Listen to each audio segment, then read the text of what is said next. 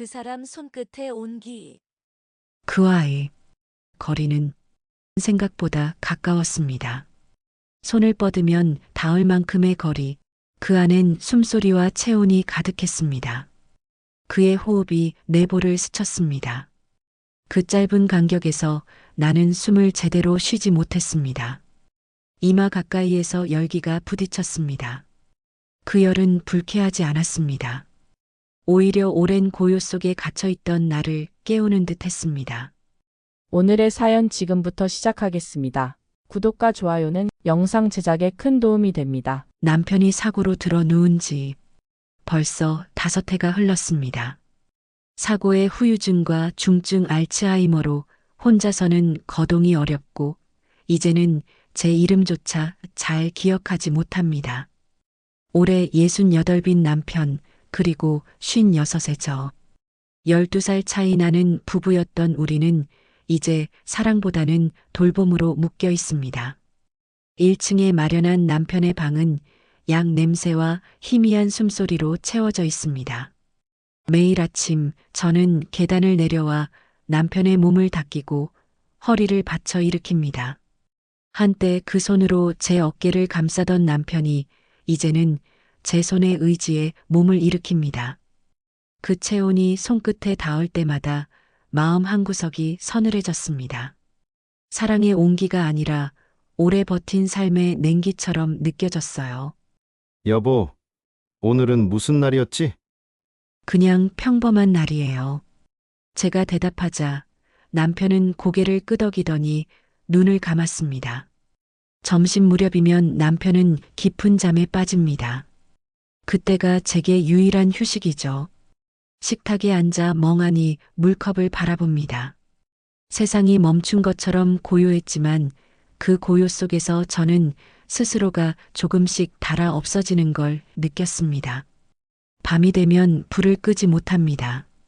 어둠 속에서 남편의 숨이 멎을까 두렵고 또 그 숨이 계속 이어지는 것도 버거웠습니다. 의사가 말했습니다. 이제 보호자분도 쉬셔야 합니다. 요양보호사를 불러보세요. 며칠 뒤 복지센터에서 한 남자가 찾아왔습니다. 이선우입니다. 오전 10시부터 오후 6시까지 근무하겠습니다. 낮고 단정한 목소리, 그리고 오랜 피로가 스며든 눈빛을 가진 사람이었죠. 그는 3년 전 결별을 경험한 48배 나이로 과한 친절을 부리지 않았습니다. 조용히 방 안으로 들어가 남편의 베개를 고쳐주고 물컵을 갈아주었습니다. 그 움직임에는 망설임이 없었고 묘하게 안정된 온기가 느껴졌습니다. 남편은 낯설어했지만 그의 손끝이 닿자마자 표정이 누그러졌습니다. 남편의 평온이 기쁘면서도 그 평온이 내 손이 아닌 다른 사람의 손끝에서 비롯된다는 사실이 이유 없이 서늘했습니다.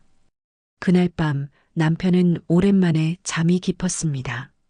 저는 불 꺼진 거실에 홀로 앉아 있었습니다. 그 바람 속에서 낮의 장면이 자꾸 떠올랐습니다. 남편의 손 위에 놓인 선우의 손, 그 손끝에 비쳤던 미묘한 빛. 아무 일도 없었지만 무언가 아주 조용히 흔들리고 있었습니다. 이선우가 우리 집에 오기 시작한 지 한 달이 지났습니다. 오전 10시 현관 초인종이 울리고 낮은 목소리의 인사가 들렸습니다. 그가 들어오는 순간 적막했던 집안에 규칙적인 발소리와 작은 기척이 생겨났습니다. 그는 늘 말보다 행동이 빨랐습니다. 남편을 일으켜 앉히고 약을 챙기고 묵묵히 일했습니다. 남편이 숟가락을 떨어뜨리면 그는 무심하게 주워들며 말했습니다. 괜찮습니다. 이런 건 자주 있어요. 그 한마디가 이상하게 마음을 놓이게 했습니다. 점심 무렵 남편은 드물게 밥을 반쯤 비웠습니다. 그의 입가에 죽 한 점이 묻자 선우가 손수건으로 닦아주었습니다. 그는 단지 환자를 돌보고 있었지만 그 손끝의 온기에는 사람이 있었습니다.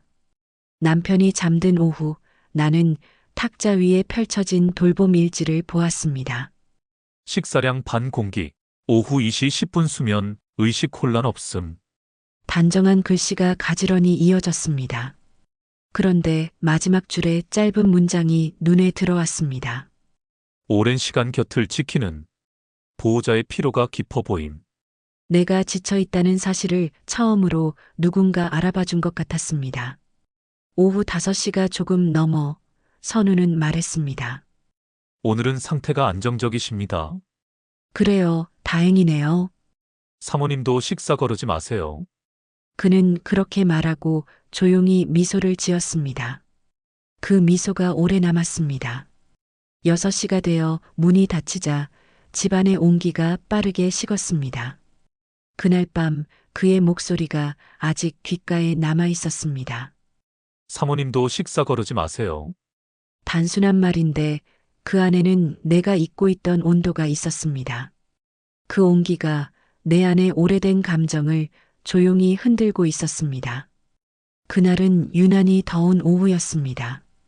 선우가 도착하자마자 창문을 열고 공기를 바꾸었습니다. 오늘은 날이 좋습니다. 햇살을 조금 쐬게 할게요. 남편의 눈이 미세하게 움직였고 나도 모르게 미소가 번졌습니다.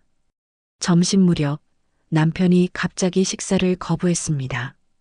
선우가 조심스레 그의 손을 잡고 낮은 목소리로 말했습니다. 괜찮습니다. 조금만 드셔보세요. 이건 따뜻해요. 그의 말은 명령이 아니라 부탁처럼 들렸습니다. 남편은 천천히 숟가락을 들었고 식사가 다시 이어졌습니다. 내가 매일 반복하던 돌봄의 행동이 그의 손끝에서 전혀 다른 온도로 느껴졌습니다. 남편이 잠든 뒤 선우는 탁자 위에서 작은 라디오를 꺼냈습니다. 이거 들으시면 마음이 좀 편해지실 겁니다. 낡은 스피커에서 잔잔한 피아노 연주가 흘러나왔습니다. 그는 라디오 볼륨을 낮추며 제게 시선을 옮겼습니다. 사모님, 오늘은 조금 표정이 밝으시네요. 그래요? 그런가 봐요. 가끔은 이렇게 웃으셔야 합니다. 그래야 오래 버팁니다. 그의 말이 이상하게 가슴을 울렸습니다. 오후 5시 무렵 그는 물컵을 씻으러 부엌으로 갔습니다. 물소리와 함께 그가 흥얼거리는 낮은 콧노래가 들렸습니다. 그 멜로디는 이상할 만큼 익숙했습니다. 내가 젊을 때 자주 듣던 노래였습니다. 퇴근 시간 그는 현관 앞에서 조용히 인사했습니다. 오늘도 수고 많으셨습니다. 네, 선우 씨도요. 문이 닫히자 라디오에서 흐르던 피아노 소리가 여전히 귓가에 남았습니다. 그날 밤 창문을 열었습니다. 바람이 스쳐 지나갔고 그 바람 속에 낮의 장면이 다시 피었습니다. 남편의 손을 감싸던 선우의 손, 그 손끝에서 번지던 온기, 그리고 나를 스쳐간 그 시선까지 그때 알았습니다. 내가 돌보던 것은 남편의 삶이 아니라 이미 식어버린 나의 감각이었단 거요. 그 감각이 지금 다시 살아나고 있었습니다. 한여름의 오후 공기가 낮게 깔려 있었습니다.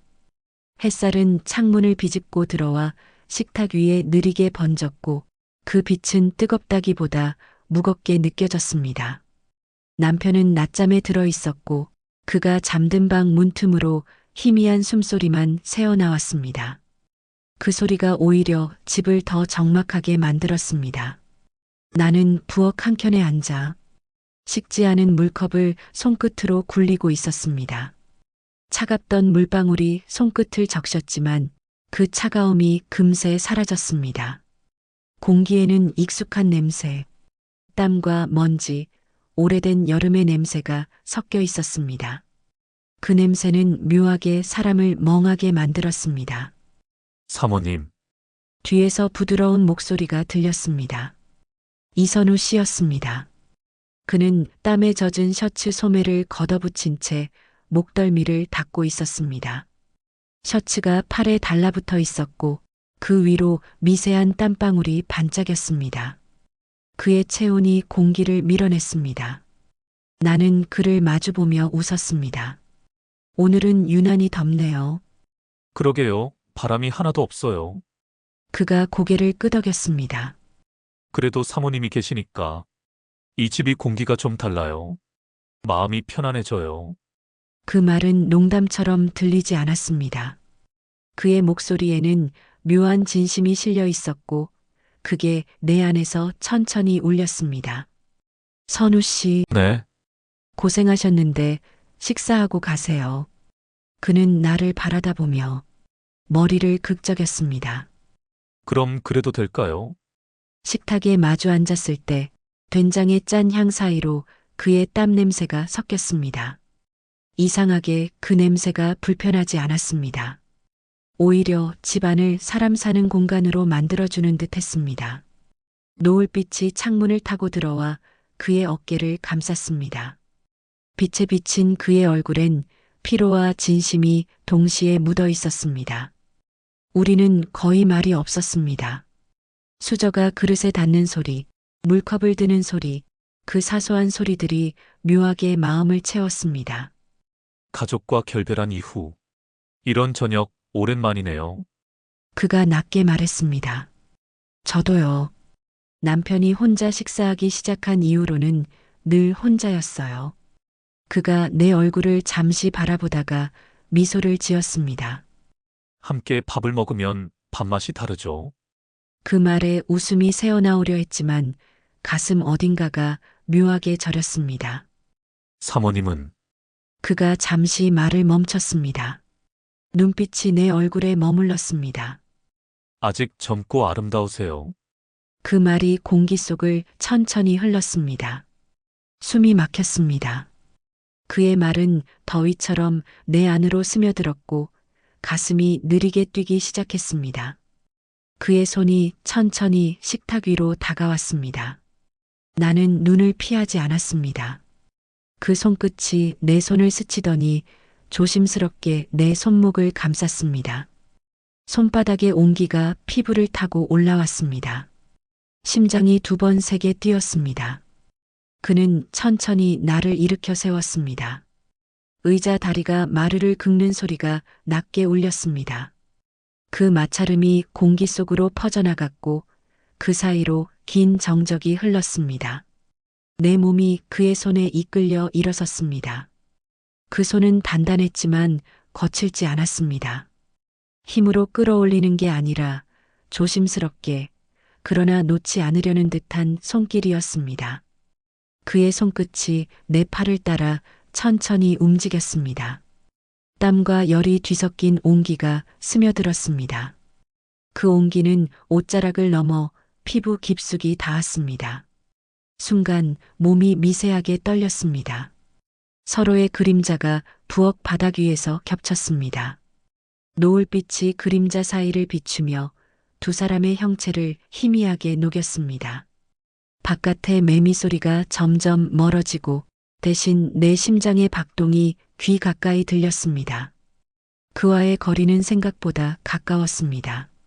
손을 뻗으면 닿을 만큼의 거리, 그 안엔 숨소리와 체온이 가득했습니다. 그의 호흡이 내 볼을 스쳤습니다. 그 짧은 간격에서 나는 숨을 제대로 쉬지 못했습니다. 이마 가까이에서 열기가 부딪혔습니다. 그 열은 불쾌하지 않았습니다. 오히려 오랜 고요 속에 갇혀있던 나를 깨우는 듯 했습니다. 나는 그를 바라봤습니다. 그의 눈동자 속엔 더위보다 뜨거운 감정이 번지고 있었습니다. 그 속엔 외로움이 있었고 그 외로움이 내 안의 감정을 건드렸습니다. 심장이 터질 듯 뛰었고 온몸이 긴장했습니다. 그의 손이 내 어깨로 옮겨갔습니다. 무겁지도 가볍지도 않은 온기였습니다. 손끝이 닿은 순간 묘하게 아프고도 편안했습니다. 선우 씨, 네, 그의 대답은 짧았지만 그 안에 모든 감정이 담겨 있었습니다. 그의 손끝이 아주 살짝 움직였습니다. 공기가 미세하게 떨렸습니다. 그때 커튼이 크게 흔들렸습니다. 열기가 바람에 휩쓸리며 방 안의 공기를 갈랐습니다. 나는 그 바람을 따라 숨을 들이쉬었습니다. 그리고 그제야 정신이 들었습니다.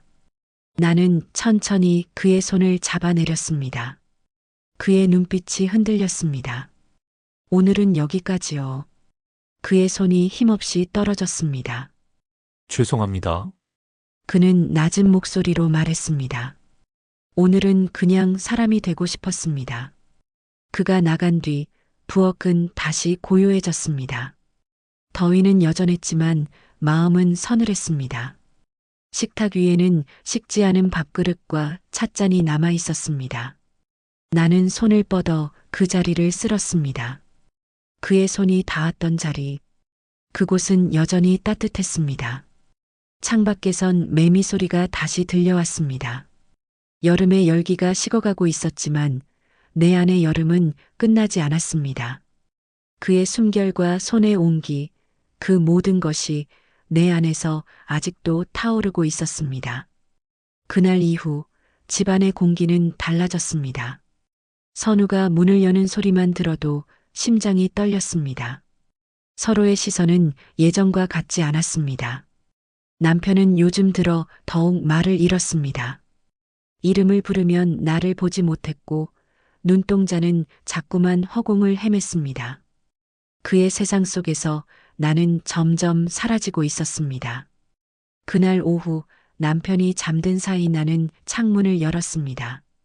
선우가 조용히 말했습니다. 오늘은 공기가 좀 다르네요. 그래요. 오늘은 좀 맑은 것 같아요. 나도 모르게 미소를 지었습니다. 그의 손이 식탁 위로 미끄러지듯 다가왔습니다. 나는 그 손을 바라보다가 조용히 내 손을 거두었습니다. 선우 씨? 그가 고개를 들었습니다. 저 요양사 교체를 부탁드리려고 해요. 내 목소리는 낮고 차분했지만 안쪽에서는 뭔가 무너지는 소리가 났습니다. 그는 잠시 아무 말도 하지 않았습니다. 제가 뭘 많이 잘못했을까요? 아니에요.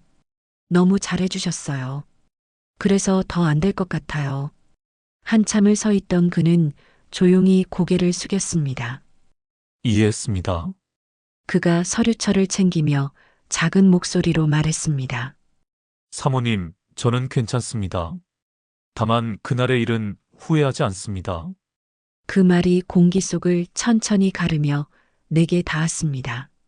나는 아무 대답도 할 수 없었습니다. 그가 현관문을 닫고 나가자 집안의 온도가 눈에 띄게 식었습니다. 나는 천천히 남편의 곁으로 다가가 이불을 덮어주었습니다. 식탁 위엔 아직도 2개의 찻잔이 놓여 있었습니다. 하나는 미지근했고 하나는 식어 있었습니다. 나는 그 잔을 바라보다가 조용히 손끝으로 그 자리를 덮었습니다. 남아있는 온기가 희미하게 전해졌습니다. 그 온기를 나는 천천히 손바닥에 쥐었습니다. 그리고 아주 오래도록 놓지 못했습니다. 남편의 상태는 여름이 끝나갈수록 눈에 띄게 나빠졌습니다. 기억의 끈이 하루하루 조금씩 풀렸고 그의 시선은 이제 나를 스쳐 지나갔습니다. 여보, 나예요. 명자. 그렇게 말을 해도 그는 잠시 웃고는 금세 눈을 감아버렸습니다. 밤이 되면 그는 자주 깼습니다. 집에 가야지. 나는 그의 손을 붙잡고 여보, 여기 집이에요. 라고 말했지만 그는 고개를 저었습니다. 이상하지? 당신 목소리가 자꾸 멀리서 들려. 어느 날 오후 남편이 내 손을 붙잡았습니다. 그 사람 오늘은 안 와? 그의 기억 어딘가에 남아있는 그 사람이 이선우 씨라는 걸 나는 알았습니다. 오늘은 다른 분이 오실 거예요, 여보. 그가 고개를 끄덕이고 눈을 감았을 때 나는 결심했습니다. 선우 씨를 다시 부를 수는 없어. 며칠 뒤 나는 요양원 상담을 받았습니다. 이제는 제가 아니라 다른 누군가의 손이 필요해요. 요양원으로 옮기던 날, 햇살은 따뜻했지만 마음은 차가웠습니다. 남편의 휠체어를 밀며 복도를 걸었습니다. 여보, 우리 어디 가는 거야? 나는 미소를 지으며 대답했습니다. 여보, 잠시 쉬러 가요. 조금만. 그는 어린아이처럼 고개를 끄덕였습니다. 요양원 창문에 빛이 부딪혀 반짝였습니다. 그 빛이 그의 얼굴에 닿자 마치 오랜만에 미소가 피어나는 듯 했습니다. 나는 조용히 속삭였습니다. 이제 진짜 보내야 할 시간입니다. 집으로 돌아왔을 때 식탁 위에는 깨끗하게 접힌 수건 한 장이 남아 있었습니다. 그 위엔 여름의 온기가 남아 있었습니다. 나는 천천히 그 위에 손을 얹었습니다. 모두 고마웠어요. 창밖에는 가을바람이 불고 있었습니다. 여름이 완전히 지나가고 진짜 이별의 계절이 시작되고 있었습니다. 그리고 나는 그제야 알았습니다. 사랑이 끝난 자리에 남는 건 슬픔이 아니라 그 사람과 함께했던 시간의 온도라는 것을. 가을의 끝자락, 남편이 세상을 떠났습니다. 의사는 짧게 말했습니다. 편안히 가셨습니다. 남편의 손은 아직 따뜻했지만 그 온기는 빠르게 사라지고 있었습니다. 나는 그의 손등을 매만지며 속으로 중얼거렸습니다.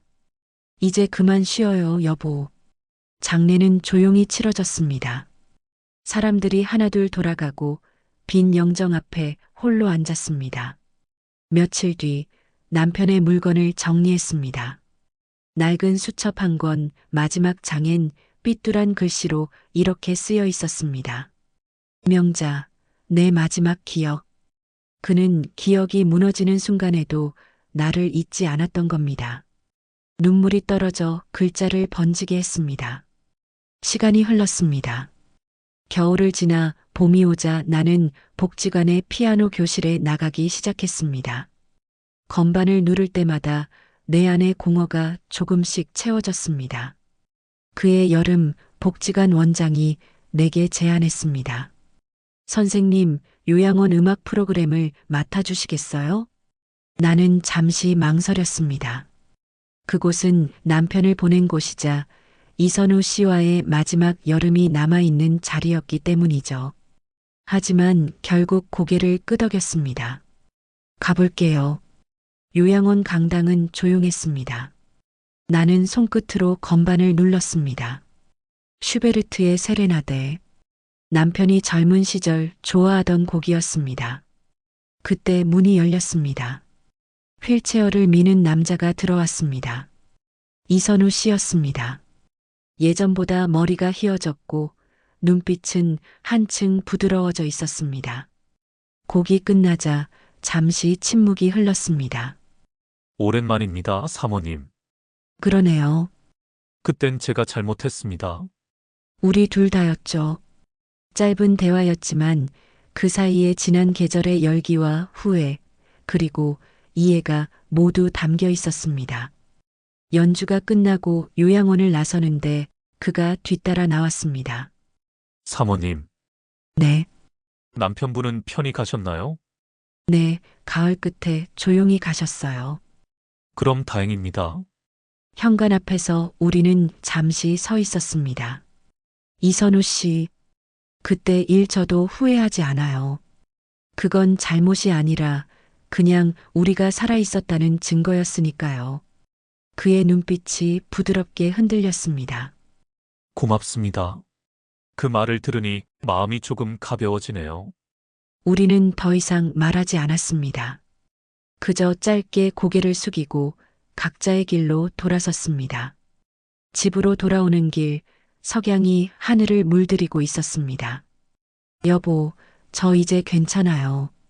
당신도 이제 편히 쉬세요. 바람이 불어와 머리칼을 흔들었습니다. 그 바람 속에 남편의 목소리가 들리는 것 같았습니다. 당신도 고생 많았어? 다음 주 나는 다시 요양원으로 갔습니다. 이번엔 두려움 없이 편안한 마음으로 피아노 앞에 앉아 건반을 눌렀습니다. 기억의 노래라는 곡이었습니다. 내가 직접 만든 남편을 위한 곡. 그 선율이 강당을 채우는 동안 어르신들의 눈에서 눈물이 흘렀습니다. 연주가 끝나자 한 할머니가 내게 다가왔습니다. 선생님, 그 곡 참 따뜻하네요. 고맙습니다. 제 남편을 생각하며 만든 곡이에요. 그럼 남편분도 하늘에서 들으셨겠네요. 나는 고개를 끄덕였습니다. 요양원을 나서며 마지막으로 뒤를 돌아봤습니다. 창문 너머로 이선우 씨가 치매에 걸린 아버지의 손을 잡고 있는 모습이 보였습니다. 우리는 모두 누군가를 사랑하고 돌보고 보내는 사람들이었습니다. 그 과정에서 때론 흔들리고 실수하고 후회하지만 결국 남는 건 그 시간의 온기였습니다. 집으로 돌아오는 차 안에서 나는 창밖을 바라봤습니다. 노을이 지고 가로등이 하나둘 켜지고 있었습니다. 여보, 이제 저도 새로운 계절을 시작해요. 당신과 함께한 시간을 가슴에 품고 남은 날들을 제 방식으로 살아갈게요. 밤 공기가 차가웠지만 마음은 따뜻했습니다. 집으로 가는 골목길을 걸으며 하늘을 올려다봤습니다. 별이 반짝이고 있었습니다. 그중 가장 밝은 별 하나가 나를 내려다보는 것 같았습니다. 안녕, 여보. 오늘도 수고했어요. 오늘 이야기 즐거우셨나요? 여러분들의 의견과 사연 댓글로 남겨주시면 반갑게 인사드리겠습니다. 다음에 더 좋은 이야기로 찾아뵙겠습니다. 오늘도 건강하고 행복한 하루 되세요.